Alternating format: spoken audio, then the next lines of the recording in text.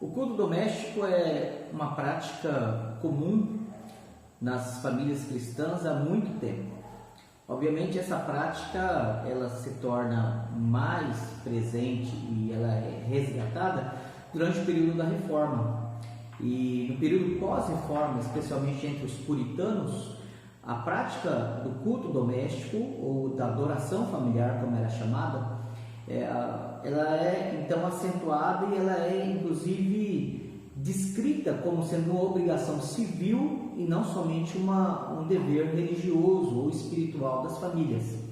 E a preocupação era muito simples, especialmente pela Assembleia de Westminster, que durou entre 1643 a 1653. A Assembleia ela aprovou um documento em 1547 chamado Diretório da Adoração Familiar, e nesse diretório a orientação era de que os pais, o pai, o chefe da casa, ele dirigisse então o seu culto devocional.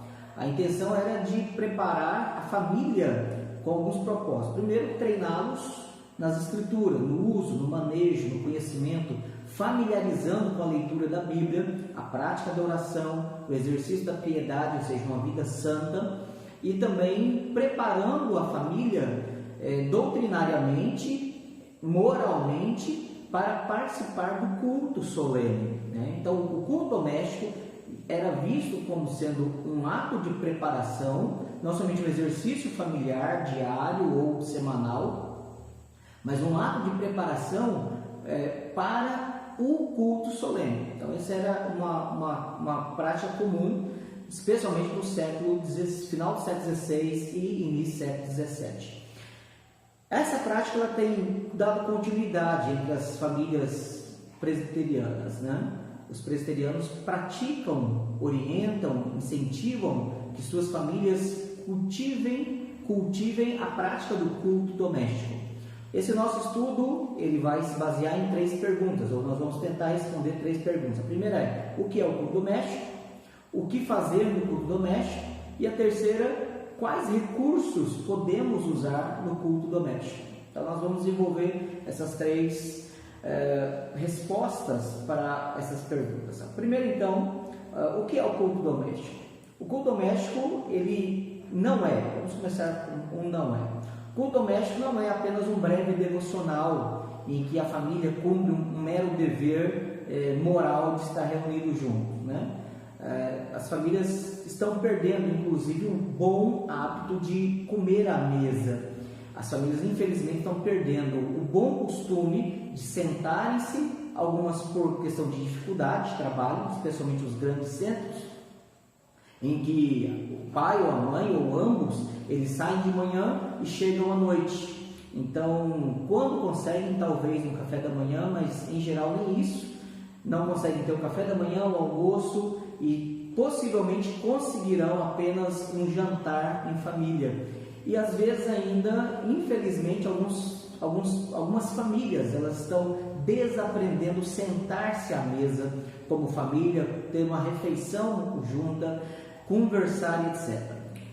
Nesses grandes centros, geralmente o domingo então torna-se um dia importante para a família, que é o domingão da família, né? Que é o dia em que as pessoas almoçam juntos, conseguem conversar juntos. Mas infelizmente essa prática também tem se perdido, mesmo nos grandes centros, em que as pessoas elas pegam a sua comida no fogão ou à mesa, vão para a sala, vão para o quarto, vão para qualquer lugar, e elas não conseguem sentar juntas, orar juntas, agradecer a Deus, conversar enquanto comem, compartilhar as experiências, os acontecidos, as suas dificuldades.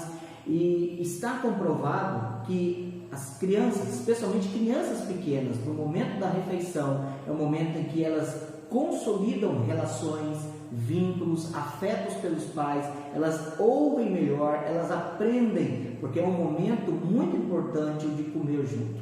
A Bíblia ela menciona vários lugares que a ideia de comer com alguém, ter uma refeição comum, é sinônimo de comunhão.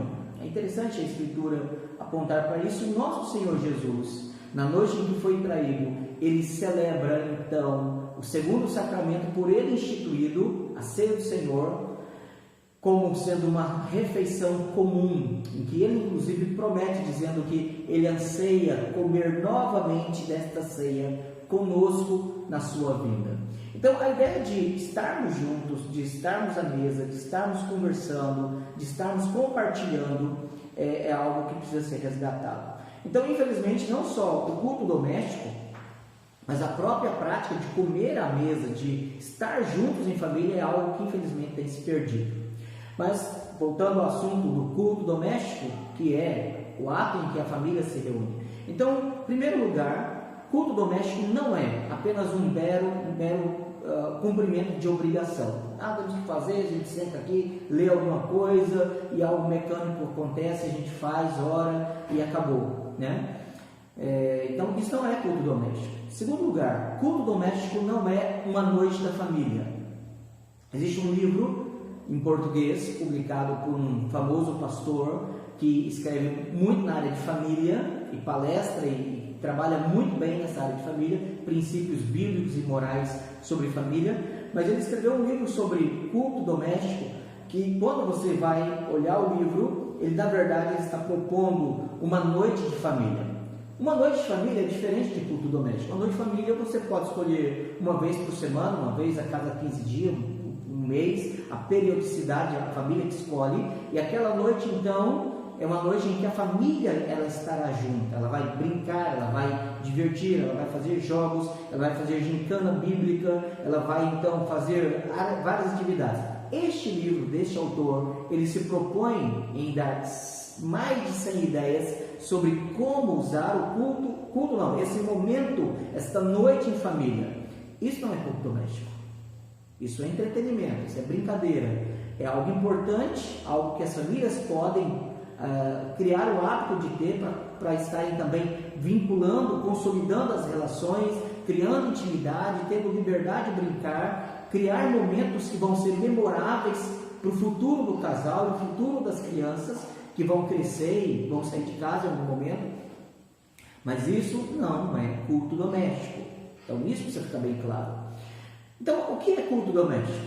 Bom, culto doméstico é o momento em que a família ela separa um tempo intencionalmente com o desejo de adorar a Deus em família.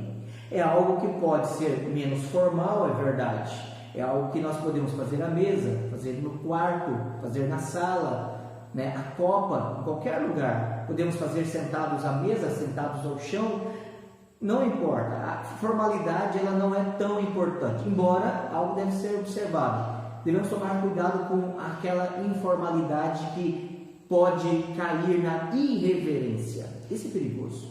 Então, fazer um culto doméstico em que cada um chega sem camisa, brincando, rindo, fazendo com que as coisas pareçam ser uma brincadeira. Culto doméstico não é brincadeira. É um momento que nós temos sim, menos formalidade, nós podemos estar de calção, podemos estar à vontade, chinelo, né? Nós não estaremos usando a roupa de ir ao culto solene, mas é um culto que nós devemos prestar a Deus em família. Nós devemos lembrar que a Bíblia, por exemplo, ela fala de 3 aspectos de culto. Romanos 12, verso 1 e 2, fala do culto como vida. Então, a vida, o nosso corpo como sacrifício vivo a Deus, é o nosso culto racional, usando a nossa inteligência, as nossas relações, a nossa postura. Paulo fala em 1 Coríntios 10, verso 31, portanto, quer comais, quer bebais, ou façais outra coisa qualquer, fazei tudo para a glória de Deus. Então, a vida, ela precisa ser um culto a Deus. O que falamos, o modo como falamos, o porquê falamos, o que sentimos, o que decidimos, os motivos das nossas ações ou reações, elas precisam glorificar a Deus. Então, isso precisa ficar bem claro. A vida como culto. Então, esse é o primeiro sentido. Segundo, culto como ato devocional, individual. E aí Jesus fala lá em Mateus 6, quando for orar, entra no teu quarto em secreto e o teu pai em secreto lhe atenderá.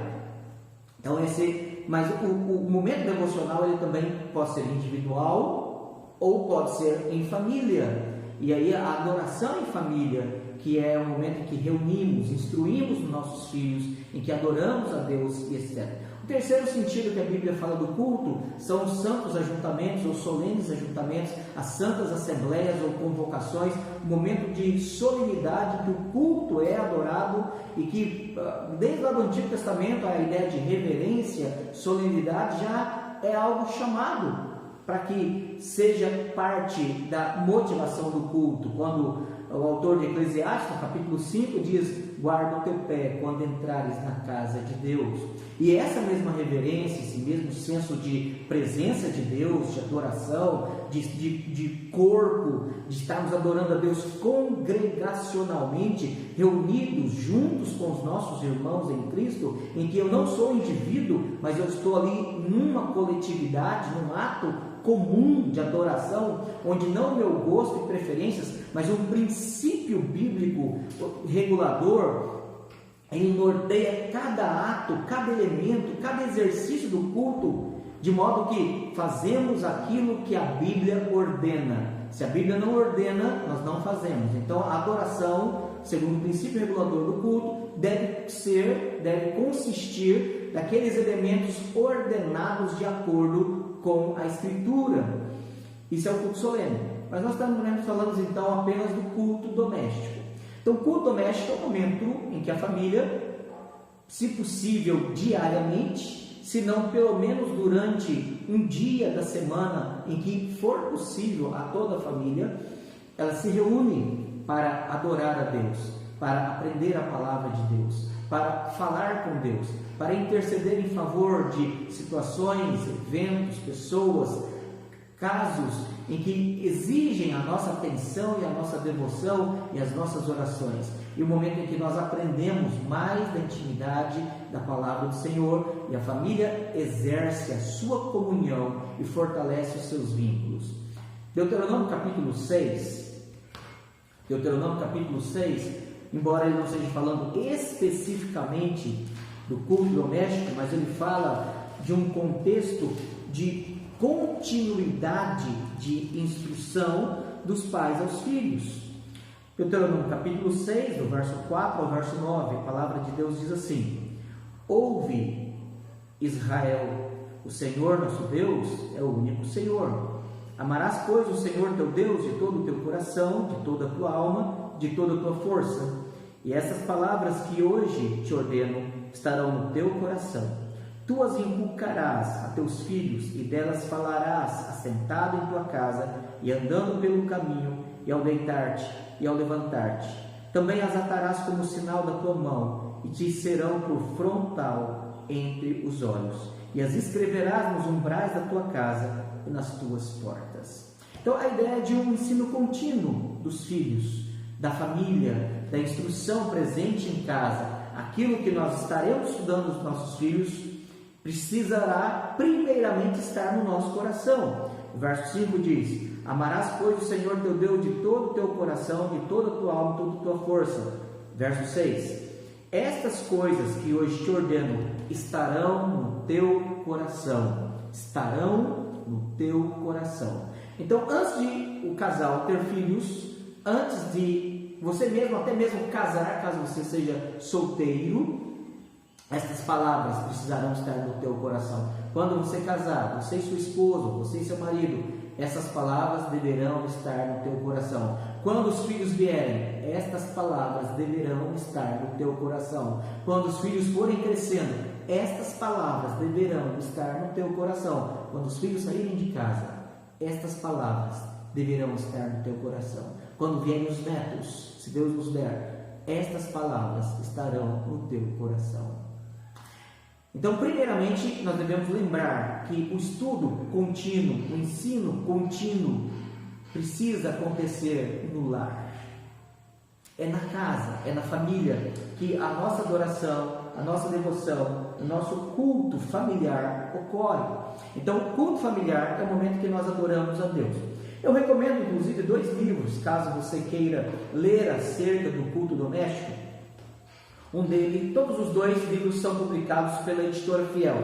A Editora Fiel tem feito um trabalho fantástico, excelente, de publicação, de boa publicação e publicação de literatura reformada para estimular o conhecimento e a piedade das famílias brasileiras. Esse livro aí do Jerry Marcelino é um livro fantástico. Ele chama Redescobrindo o Tesouro Perdido do Culto Familiar. É um livro de leitura fina, rápida, você lê em poucos minutos, e ele trata de forma muito didática sobre o culto doméstico. Ele fala sobre uma lição do passado, então ele faz um levantamento histórico breve de como que as famílias elas adoravam a Deus, como que num contexto americano, o autor é americano, as famílias então elas exerciam a piedade, a instrução, o zelo da palavra, o seu compromisso com Deus em casa através do culto doméstico. Logo em seguida, no próximo capítulo, ele trata sobre 4 razões para restaurarmos o culto doméstico. O primeiro dele é: somos mordomos dos dons de Deus. Então nós devemos adorar a Deus com os recursos que Ele dá. Então, lembrando que o sustento da família, a saúde da família, a boa relação da família, o cuidado da família, as bênçãos que Deus dá à família, os dons que Deus dá a cada membro da família, devem ser motivos de adoração e gratidão a Deus. O seu filho foi colocado em seu lar por um desígnio de Deus. Então Deus nos deu filhos para que nós os preparemos para serem adoradores, para serem servos, para serem filhos da aliança. O culto familiar nos prepara para a adoração pública, algo que o Diretório de Culto Familiar da Assembleia de Westminster, em 1647, ele já declara que o culto familiar, a adoração familiar, ela é um ato de preparação para a adoração pública, adoração congregacional. Então, no culto doméstico, eu lembro quando as crianças eram bem pequenas e eles tinham 1, 2 anos, 3 aninhos, nós tínhamos alguns comandos simples, próprios para crianças dessa idade, que aprendem com frases curtas, ideias curtas, mas que precisam ser massificadas, repetidas persistentemente. E nós dizemos assim: na hora de orar, fechamos os olhos. Na hora de cantar, nós cantamos. Na hora de ouvir a pregação ou o ensino, nós ficamos em silêncio. E isso as crianças aprendem em casa, aprendem no culto doméstico, porque quando elas vão para o culto solene, elas estão na coletividade do corpo da igreja, elas sabem que é o momento de cantar, cantam, o momento de orar, fecha os olhos, o momento de ouvir a direção do culto pelo irmão que está dirigindo a liturgia ou o pregador, elas vão atentamente prestar atenção e elas vão fazer perguntas, elas vão querer saber o que, o porquê. E isso que já acontece no culto doméstico apenas se estende para o culto solene. O que nós percebemos é que por vezes crianças que têm dificuldade em permanecer no culto solene são crianças que os pais, infelizmente, não praticam o culto doméstico. É uma consequência. E os pais estão sendo descuidados em não instruir os seus filhos no culto ao Senhor, primeiramente em casa. O quarto motivo que Jerry Marcelino oferece é o declínio espiritual de um povo. E ele começa então a mostrar como que um país que outrora foi protestante na sua implantação nos Estados Unidos, em que foi colonizado pelos puritanos, hoje é um país majoritariamente secularizado. O abandono do culto doméstico enfraquece uma igreja. O abandono do culto doméstico enfraquece o testemunho da igreja. O abandono do culto doméstico enfraquece o poder de evangelização e de influência de uma igreja. Então, resgatar o culto doméstico, praticar o culto doméstico, faz com que nossas famílias sejam fortes. Famílias fortes, elas tornam uma igreja forte. É por isso que o culto doméstico ele precisa ser praticado. Logo em seguida, no terceiro capítulo, o Jerry ele vai então nos oferecer como começar. E ele dá algumas dicas práticas de como realizar o culto doméstico. Um outro livro fantástico, que dá praticamente o dobro em termos de tamanho do Jerry, é um livreto escrito pelo Joel R. Beeke, chamado em português Adoração no Lar. Esse livro ele foi escrito em inglês, chamado Adoração Familiar, né? Ele é dividido em 5 capítulos e 2 apêndices, né? Os 5 capítulos ele trata, primeiro dele, as bases teológicas para o culto doméstico. Então, o Joel Bick ele é mais argumentativo, ele gasta mais detalhe, é um livro um pouco mais robusto em termos de argumentos. Primeiro, então, ele trata sobre bases teológicas para o culto doméstico. Por que nós devemos praticar o culto doméstico? Segundo capítulo, ele fala do culto doméstico como um dever. Dever, primeiramente, do chefe da casa, que deve chamar a responsabilidade para si e convocar a sua família. E aqui permita-me dar uma palavra pastoral às irmãs. Talvez o seu marido não seja crente, então você deve liderar, você deve organizar e você deve influenciar o seu marido para que ele participe do culto doméstico. Mesmo ele não sendo crente, mesmo ele não tendo o compromisso com Deus que você e seus filhos têm, ele deve também ser chamado para o culto doméstico. O culto é o culto da família. Se você é crente e o seu marido é crente também, mas ele tem sido omisso, ele não tem assumido a responsabilidade, ele tem negligenciado o dever de liderar o culto doméstico, eu peço que você, minha irmã, não seja a mulher goteira lá do livro Provérbios, porque talvez você, sendo a mulher rixosa, você apenas vai causar ira nele, e o pecado de omissão, o pecado de responsabilidade, somado à ira desenfreada que torna-se pecado, vai desmotivá-lo a participar e a liderar o culto doméstico. Então a minha palavra pastoral para você é que você, de forma amorosa, de forma cuidadosa, prudente nas suas palavras, organize o culto doméstico, arrume a mesa como você prepara o almoço. Você então chega na hora do almoço, prepara o almoço, põe a mesa e simplesmente diz: vem, vamos almoçar. E aí é o seu marido que é chamado à mesa também para que ele possa liderar esse momento de refeição, orando pela comida e liderando a casa. Então você deve também ser auxiliadora no momento em que você está lembrando seu marido com todo respeito, com toda a sujeição, com todo o carinho, que é dever dele liderar este momento santo. Então você deve tomar essa iniciativa quando ele não iniciar.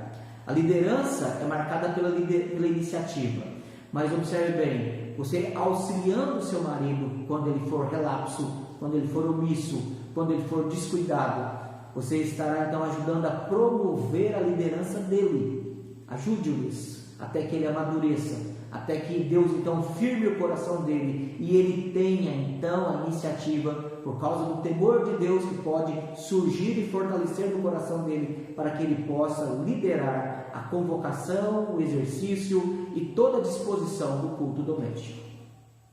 Ainda, se você é uma família que não tem a prática do culto doméstico e até hoje foi negligente, omissa na prática de adoração familiar, o Joel Bick, como o Jerry Marcelino, tem um capítulo específico orientando sobre a implantação do culto doméstico. Então, como começar o culto doméstico? Nós simplesmente olhamos na cara do outro e falamos assim: vamos fazer culto doméstico? E a pergunta é: a gente nunca fez, como fazer isso? Eu vou dar algumas dicas no final de como fazer isso. 4. Objeções contra o culto doméstico.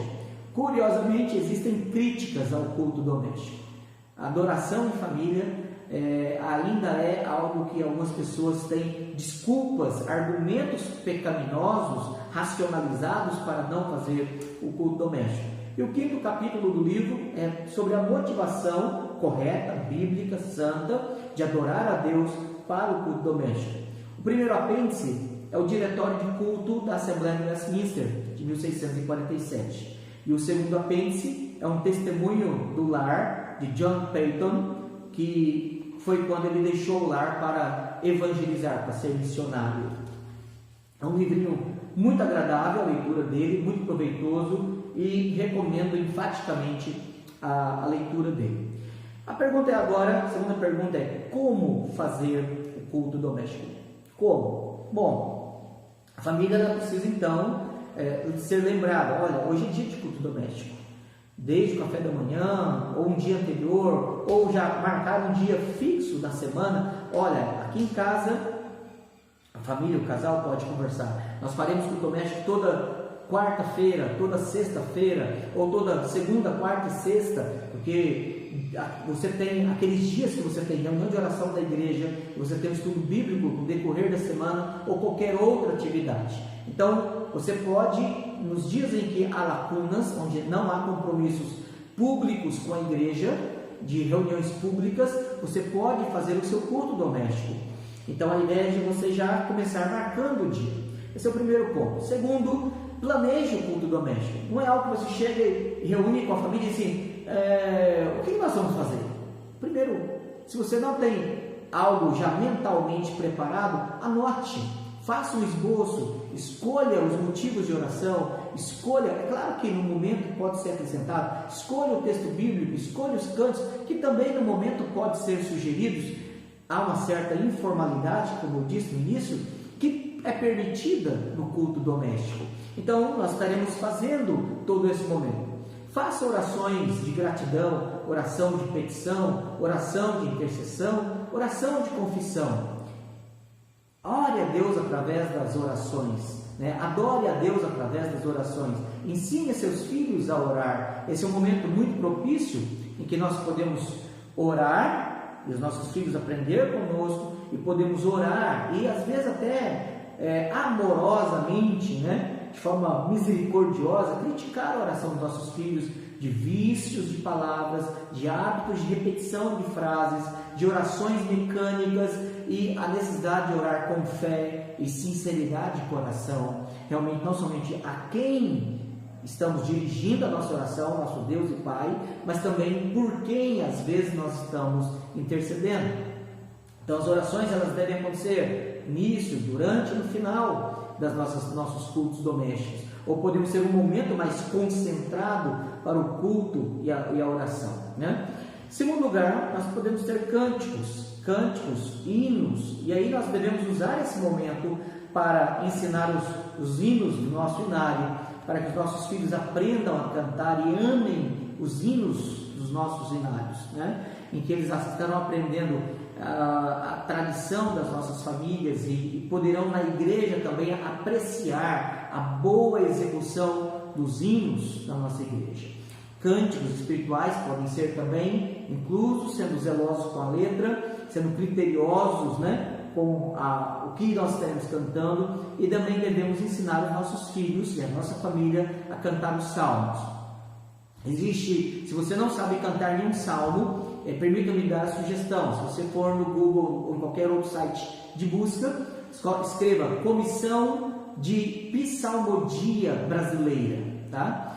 Você encontrará Comissão Brasileira de Psalmodia, você encontrará hinos, desde cifras, caso alguém na família toque algum instrumento, cifrado, você terá os 150 salmos metrificados com músicas conhecidas ou realmente os chamados salmos genebrinos, e você poderá cantar em família e aprender a cantar em família também os salmos. Então cantemos os nossos hinos, cantemos os nossos cânticos, cantemos também os salmos, tanto os chamados de harmônicos como os salmos genebrinos, para que esse momento seja um momento de adoração em família através dos cânticos. A leitura bíblica, né? Eu recomendo que nós façamos a leitura bíblica sequenciada. Em vez de você abrir em qualquer texto e ir lendo aleatoriamente, é interessante, e aí é uma sugestão enfática, que você adote a leitura sequenciada. Talvez você tenha apenas a Bíblia comum que nós temos, né? Os 66 livros organizados Antigo e Novo Testamento. Permita-me apresentar, eu não estou fazendo propaganda, não estou ganhando nada com isso, mas apenas por uma questão de proveito. Essa Bíblia, chamada Bíblia de Estudo Integrada, ela é organizada e arranjada numa ordem cronológica. Todos os livros da Bíblia, todos os textos da Bíblia, Antigo e Novo Testamento, eles estão dispostos, os textos, não só os livros, mas capítulos e os eventos dentro de uma ordem cronológica. Então, para uma leitura da família sequenciada, e aí lendo a partir do critério cronologia, se você quiser usar o critério literatura, as Bíblias tradicionais elas são úteis nisso. Mas o critério cronologia, esta versão ela é excelente. Então você tem toda a leitura. Na nossa casa nós já estamos, porque não dá para, nessa ordem cronológica, não é possível citar livro, né? Mas nós estamos lendo já na sequência por volta do ano 980, 970 a.C., período de de Salomão, no final do reinado de Salomão. Então nós temos, inclusive a nossa próxima leitura será o Salmo 85, né? Então é um livro, é uma formatação de Bíblia fantástica, excelente, com abordagem cronológica para vocês analisar a Escritura. Inclusive, quando você chega no Novo Testamento, há uma vantagem de você conseguir ler o textos numa ordem e numa estrutura sinótica. Ou seja, quando você tem a mesma narrativa nos 4 evangelhos, né, como é o caso do batismo de Jesus, você tem Mateus 3, 11 e 17, Marcos 1, 7 a 11, Lucas 3, até do verso 12 ao 23, e João 1, do verso 24 a 34, na mesma estrutura, na mesma disposição. Então você consegue fazer uma leitura comparativa do mesmo evento e dando sequência em ordem cronológica. Ele é muito útil para o culto doméstico, sendo que o principal propósito do culto doméstico não é pregação, mas é instrução e estudo da palavra. Mas observe bem, você pode usar o critério literário, ou seja, o critério literário nós temos o Antigo e Novo Testamento. No Antigo Testamento, lei, históricos, poéticos, profetas maiores, profetas menores. Aí no Novo Testamento você tem evangelhos, histórico, epístolas paulinas, epístolas universais e profético. Então você tem a estrutura literária nas nossas Bíblias em modelo padrão. O que nós podemos usar ainda, né, para a instrução dos nossos filhos? A leitura de algo devocional, né? Ou usar a catequização ou a prática do catecismo, né? Em termos de leitura devocional, permitam-me fazer uma propaganda. A editora Dort, ela recentemente publicou, tem menos de 30 dias, esse livro, que foi uma tradução que eu fiz, chamado Remédios Preciosos contra as Artimanhas do Diabo. Um livro fantástico que trata sobre a verdadeira batalha espiritual do puritano do século XVII, chamado Thomas Brooks, puritano inglês. E ele então trata sobre a doutrina do pecado do capítulo 1 até o capítulo 7. Então ele fala sobre a sedução do pecado, a podridão, a gravidade, natureza do arrependimento, a má companhia do pecado, o sofrimento causado pelo pecado, a insensatez do pecado, transitoriedade do mundo. E aí, então, em todo esse momento ele não somente analisa a situação do nosso coração em relação ao pecado, mas ele dá conselhos com muita sabedoria bíblica sobre como prevenir e como também remediar e tratar com arrependimento o nosso pecado. É um livreto pequeno, mas muito edificante para a leitura em família. Talvez você tenha o padrão de Westminster, os padrões de Westminster, aquela edição padrão, né? Tamanho grande, da Confissão de Fé, do Catecismo Maior ou do Breve Catecismo. Mas se você não tiver o tamanho grande, você tem esse modelo brochura de bolso, também tem um capa flexível de couro, dos padrões ou dos símbolos de fé de Westminster, que você tem a Confissão de Fé, o Catecismo Maior e o Breve Catecismo. Essa literatura ela é útil no nosso culto doméstico, a leitura sequenciada. Se você tem crianças, recomendo a leitura do Breve Catecismo. Se são já adolescentes ou adultos, a leitura da Confissão de Fé e do Catecismo Maior. Então, leia pelo menos um parágrafo. Não precisa ser o capítulo inteiro da Confissão de Fé. Nós temos lido o capítulo e um parágrafo em cada culto doméstico, né? No caso do Breve Catecismo ou o Catecismo Maior, leia apenas uma pergunta. E não é apenas a leitura e silenciar, leia e especule, questione, examine se cada membro entendeu a pergunta e a resposta daquele texto, ou o parágrafo lido da confissão de fé. É necessário que nós façamos. Se você tem filhos adolescentes, jovens ou só adultos, eu recomendo o uso do Teologia Concisa do J.I. Packer. Por quê? Porque cada capítulo dele são capítulos pequenos. Você tem capítulos pequenos para cada leitura. Então você pode, em cada culto doméstico, ler apenas um capítulo, que é um capítulo breve.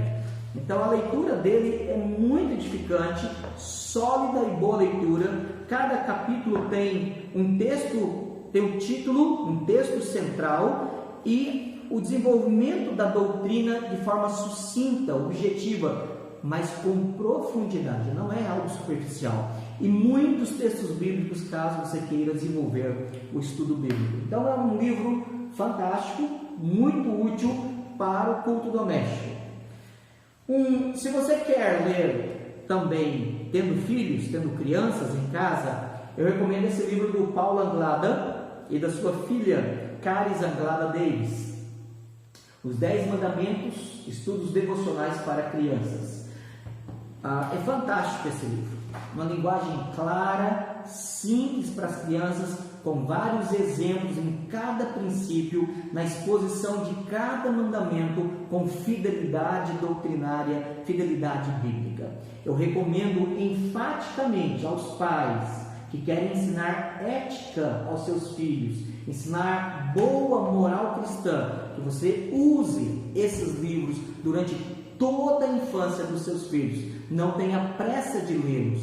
Não leia um capítulo, você vai perceber que são capítulos grandes, então não leia todo o capítulo num único culto doméstico, mas leia pequenas porções em cada culto doméstico. Você pode ler partes de cada capítulo em cada culto doméstico, tendo proveito. Não é quantidade, pais, não é quantidade, é qualidade, é entendimento, é capacidade de assimilação daquela verdade ensinada para os filhos. Outro livro, e permita-me indicar um livro que eu escrevi, foi publicado também pela editora Dort, Discipulando os Nossos Filhos na Fé Reformada. São 3 catecismos que eu traduzi, 3 catecismos do século XVI, que nossos pais reformados lá na Escócia usaram. E eles então têm a proposta de instruir os nossos filhos na meditação de doutrinas. O livro tem a primeira parte, onde eu faço algumas sugestões, 3 capítulos introdutórios sobre sugestões de como usar os catecismos. Eu faço 2 artigos na segunda parte sobre o calvinismo para crianças e como ensinar para elas e por que ensinar a fé reformada para os nossos filhos. E aí vem o primeiro catecismo, o ABC, ou catecismo para crianças, um catecismo para pré-adolescentes, terceiro catecismo. No final, nós temos um anexo, que é o catecismo baby. Se você tem crianças de 0 a 3 anos, ou 0 a 4 anos, que ainda não sabem ler, este catecismo, preparado pelo nosso irmão, pastor Timóteo Oliveira Salles, ele preparou para o seu filho Felipe, e ele é um catecismo com perguntas de frases curtas e respostas muito curtas, respostas de uma palavra ou até 4 palavras, que crianças de 1, 2 ou até 4 anos são capazes de memorizar e responder. Eu terminei semana passada a tradução e o preparo desse livro chamado Diretório do Culto Doméstico da Assembleia de Westminster. É um livro que eu já entreguei ontem para o Jorge, da editora Dort, e esse livro ele é composto de 3 documentos da Assembleia de Westminster. O primeiro documento é o Diretório de Culto Familiar da Assembleia de Westminster, traduzido pelo reverendo Paulo Anglada, que me autorizou revisar e publicar esse texto, essa tradução dele, junto com qualquer outro documento também da Assembleia de Westminster. Então, eu fiz a revisão do Diretório de Culto Familiar traduzido por ele. O segundo documento é a breve confissão da Assembleia de Westminster, e nesse documento nós temos então os critérios exigidos para que aqueles que eram aptos para participar da ceia do Senhor pudessem então fazer um autoexame. E aqui você tem a primeira parte do documento, o documento é dividido em duas partes. A primeira parte então estabelece o critério de discernimento que proíbe e impede a participação da ceia do Senhor por não haver um autoexame, não haver entendimento, não haver discernimento do corpo. A segunda parte é uma breve confissão em 6 parágrafos do Deus único, da criação e a queda, de Cristo, da fé, arrependimento e a vida santa, dos sacramentos, das almas e corpos dos homens após a morte. Então você tem esse breve documento, essa breve confissão tratando. O terceiro documento é uma tradução nova do breve catecismo de Westminster. O que tem de diferente nessa tradução? Bom, a tradução ela é uma tradução totalmente nova, completa de todo o texto, desde as resoluções da Assembleia para a publicação do breve catecismo. Uma tradução totalmente nova. Permita ler apenas a primeira pergunta. Breve catecismo, pergunta número 1. Qual é o propósito principal do ser humano? Resposta: o propósito principal do ser humano é glorificar a Deus e satisfazer-se nele para sempre. Então eu fiz uma tradução na linguagem mais atualizada e ao mesmo tempo eu coloquei por extenso os versículos. Detalhe, eu verifiquei todo e cada versículo de cada pergunta do texto do breve catecismo de Westminster de 1647, colocando todas as referências do original e por extenso. Então você tem a pergunta e a resposta e ao mesmo tempo todos os versículos, de modo que de uma forma facilitada, prática, você já lê a pergunta, a resposta e já pode ir lendo os textos bíblicos que estão anexos em cada um deles. Nós podemos fazer o culto doméstico usando esses recursos, né? Usando então uma lista de oração ainda. Então, além da literatura, catecismo, literatura devocional, literatura doutrinária, você pode usar recursos diversos. Existe muita coisa. Você pode usar o catecismo de Heidelberg, a confissão belga, a confissão helvética. Então, existem vários recursos que você pode usar. Outra coisa para que nós possamos enriquecer e tornar mais produtivo o nosso culto doméstico e mais proveitoso, e ensinar os nossos filhos e nós mesmos lembrarmos do nosso dever para com os nossos irmãos, com as nossas responsabilidades sociais e para o que acontece no mundo e que é responsabilidade nossa, o testemunho e influência, seria uma lista de oração. Então é interessante que você faça uma lista de oração. Você divida motivos de família, motivos da sua igreja, motivos de orar por pastores, missionários, igrejas, irmãos perseguidos no mundo, cristãos que estão, igreja perseguida, orar por situações específicas da sua igreja, projetos da sua igreja, trabalho, orar pelos seus pastores, pelos presbíteros, pelos diáconos, pelas famílias dele, orar pelos enfermos, e você então ter listado todos esses motivos, nomes, situações, casos específicos, para que as orações elas sejam didaticamente orientadas, especificadas, esclarecidas para esse momento em família. Esse é o momento então que nós cantamos, aprendemos, estudamos, lemos e oramos. O culto doméstico é algo muito importante e podemos finalizar lembrando que o culto doméstico ele precisa ser feito com reverência, o respeito devido. É claro, como eu disse no início, nós temos um certo nível, certo espaço para a informalidade, mas a informalidade não pode tornar-se em irreverência. Não é momento de contar piadas, não é momento de nós estarmos brincando, é um momento em que nós temos liberdade para adorarmos a Deus. Nós vamos estar aprendendo a palavra de Deus, nós estaremos então nos dedicando a adorar o Senhor em família. Se você não tem praticado o culto doméstico, eu quero convidá-lo a assumir esse compromisso, a tomar iniciativa, e que você possa conduzir os seus filhos, a sua esposa, e se você é esposa, ajudar o seu marido, auxiliando, incentivando, estimulando ele, facilitando para ele a direção do culto doméstico. Que Deus nos abençoe e que nós possamos tratar com temor, amor, e que nós colheremos o fruto bendito do culto doméstico. Deus nos abençoe. Amém.